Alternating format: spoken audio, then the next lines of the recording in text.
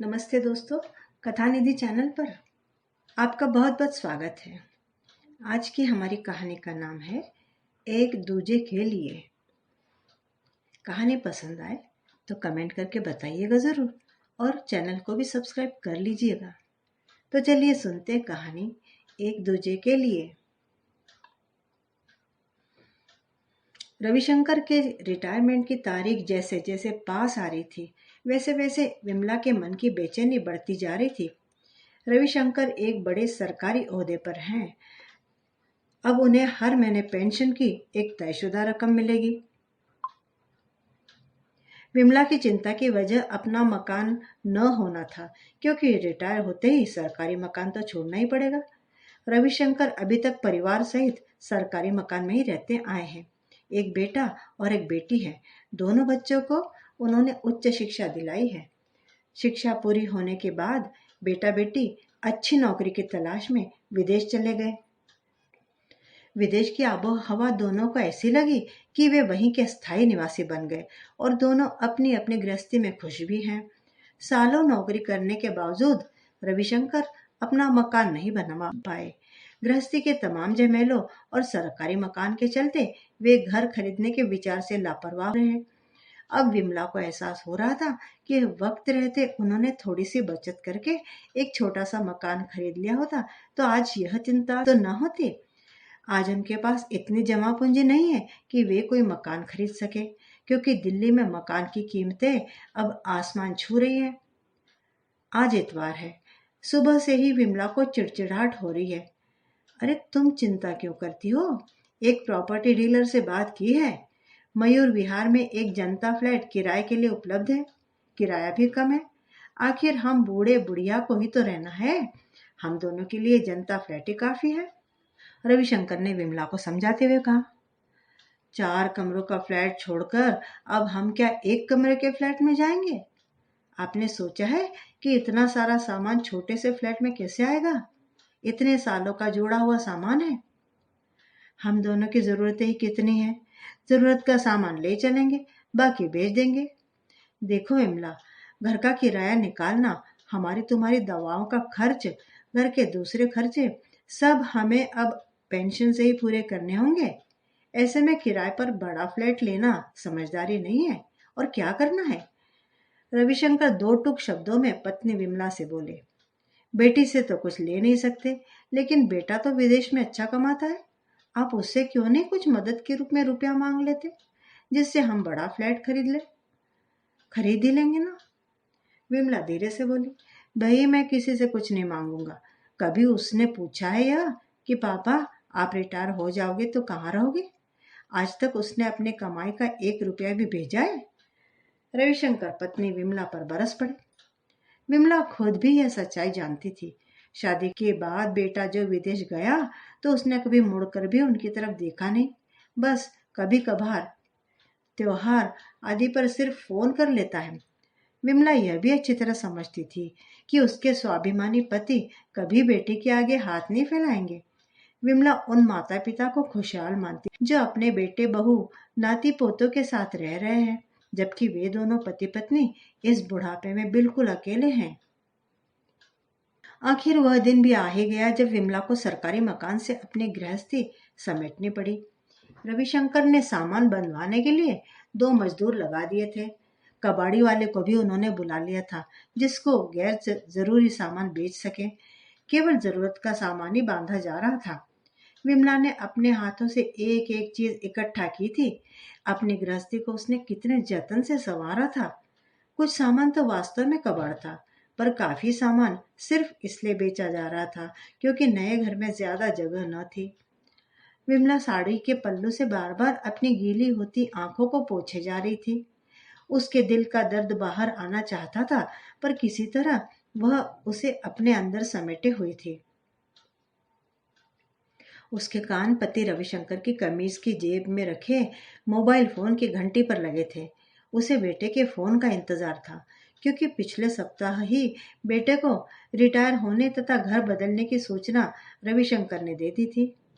आज कम से कम बेटा फोन तो करेगा ही, कुछ तो पूछेगा। माँ छोटे घर में कैसे रहोगी? घर का साजो सामान कैसे वहां सेट होगा? मैं आप दोनों का यहाँ आने का प्रबंध करता हूँ, ऐसा ही कुछ। लेकिन मोबाइल फोन बिल्कुल खामोश था। विमला के दिल में एक टीस उभर आई।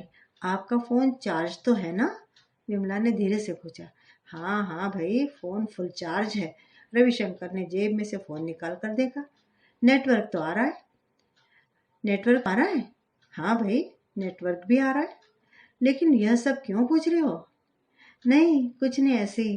कहते हुए विमला ने अपना मुंह फेर लिया और रसोई घर के अंदर चली गई। वह अपनी आंखों से बहते आंसुओं को रविशंकर को नहीं दिखाना चाहती थी। सारा सामान ट्रक में लद चुका था। विमला की बूढ़ी गृहस्थी अब नए ठिकाने की ओर चल पड़ी। घर वाकई बहुत छोटा था। एक छोटा सा कमरा, उससे सटा रसोई घर, छोटी सी बालकनी, बालकनी से लगता बाथरूम जो कि टॉयलेट से भी जुड़ा था। विमला का यह फ्लैट दूसरी मंजिल पर था। विमला को इस नए मकान में आए एक हफ्ता हो गया है। घर उसने सेट भी कर लिया है। आस पड़ोस में अभी खास जान पहचान नहीं हुई है। विमला के नीचे वाले फ्लैट में उसी की उम्र की एक बुजुर्ग महिला अपने बेटे बहू के साथ रहती है। विमला से अब उसकी थोड़ी थोड़ी बातचीत होने लगी। शाम को बाजार जाने के लिए विमला नीचे उतरी तो वही बुजुर्ग महिला मिल गई। उसका नाम रुक्मिणी है। एक दूसरे को देखकर दोनों मुस्कुराई। कैसी हो विमला? रुक्मिणी ने पूछा। ठीक हूँ। घर में समय नहीं कटता। यहाँ कहीं घूमने टहलने के लिए कोई अच्छी जगह नहीं है? विमला ने रुक्मिणी से पूछा। अरे तुम शाम को मेरे साथ पार्क चला करो। वहाँ हम उम्र बहुत सी महिलाएं आती हैं। मैं तो रोज शाम को जाती हूँ। शाम को 1-2 घंटे अच्छे से कट जाते हैं। पार्क यही नजदीक ही तो है। रुक्मिणी बोली। अगले दिन शाम को विमला ने सूती चरक लगी साड़ी पहनी, बाल बनाए, गर्दन पर पाउडर छिड़का। विमला को आज यूं तैयार होते देख रविशंकर ने टोका। आज कुछ खास बात है क्या? सज धज कर जा रही हो? हाँ, आज मैं रुक्मिणी के साथ पार्क में जा रही हूँ। विमला खुश होती हुई बोली। विमला को बहुत दिनों बाद यूं चहकता हुआ देखकर रविशंकर को अच्छा ही लगा, क्योंकि विमला जब से यहाँ आई है घर के अंदर ही अंदर घुट सी रही थी। विमला और रुक्मिणी दोनों पार्क की तरफ चली गई। पार्क में कहीं बच्चे खेल रहे थे तो कहीं कुछ लोग पैदल भी घूम रहे थे। वहीं एक तरफ बुजुर्ग महिलाओं का ग्रुप था। विमला को लेकर रुक्मिणी भी महिलाओं के ग्रुप में शामिल हो गई। सभी बुजुर्ग महिलाओं की बातों में दर्द और चिंता भरी थी। कहने को तो सभी बेटे बहुओं वो भरे पूरे परिवारों के साथ रहती थी, लेकिन उनका मान सम्मान घर में ना के बराबर ही था। किसी को समय पर चाय न मिलती थी तो किसी को खाना, कोई बीमारी में दवा और इलाज के लिए तरसती रहती। 2 वक्त की रोटी खिलाना भी बेटे बहुओं को भारी पड़ रहा था। इन महिलाओं की जिंदगी की शाम घोर उपेक्षा में कट रही थी। शाम के ये चंद लम्हे वे आपस में बोलकर बतियाकर अपने दिलों की कहानी एक दूसरे को सुनाकर काट लेती थी। अंधेरा घिरने लगा था। अब सभी घर जाने की तैयारी करने लगे। विमला और रुक्मिणी भी अपने घर की ओर चल पड़ी। घर पहुंचकर विमला कुर्सी पर बैठ गई। पार्क में बुजुर्ग महिलाओं के बातें सुनकर उसका मन भर आया। वह सोचने लगी कि बुजुर्ग माता पिता तो उस बड़े पेड़ की तरह होते हैं जो अपना प्यार, घनी छांव अपने बच्चों को देना चाहते हैं, लेकिन बच्चे तो इस छांव में बैठना ही नहीं चाहते। तभी रविशंकर रसोई से चाय बना कर ले आए। लो भाई, तुम्हारे लिए गर्मा गर्म चाय बना दी है। बताओ, पार्क में कैसा लगा? अच्छा लगा। फिर चाय की चुस्की लेने के साथ मुस्कुराती हुई आगे बोली। सुनो, कल आप आलू की टिक्की खाने को कह रहे थे ना? आज रात के खाने में वही बनाऊंगी। और हाँ, आप कुछ छोटे जो गमले सीढ़ी और बालकनी में रखना चाहते थे तो आप कल माली को कह दीजिए कि वह गमले दे जाए।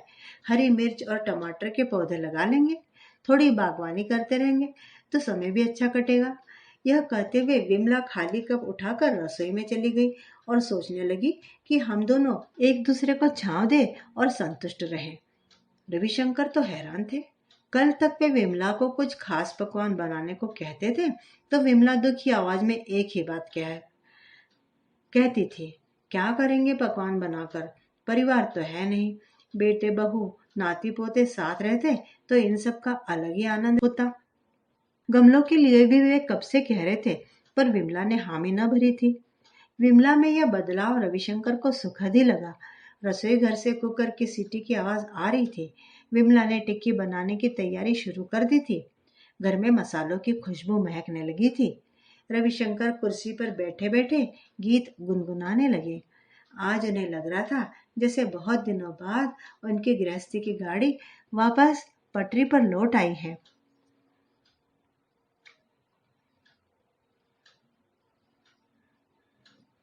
मित्रों, उम्मीद करती हूँ कि कहानी एक दूजे के लिए आपको पसंद आई होगी। कमेंट करके बताइएगा ज़रूर। और चैनल पे नए हो तो चैनल को सब्सक्राइब भी ज़रूर कर लीजिएगा। मिलती हूँ दोबारा बढ़िया सी कहानी के साथ। तब तक विदा।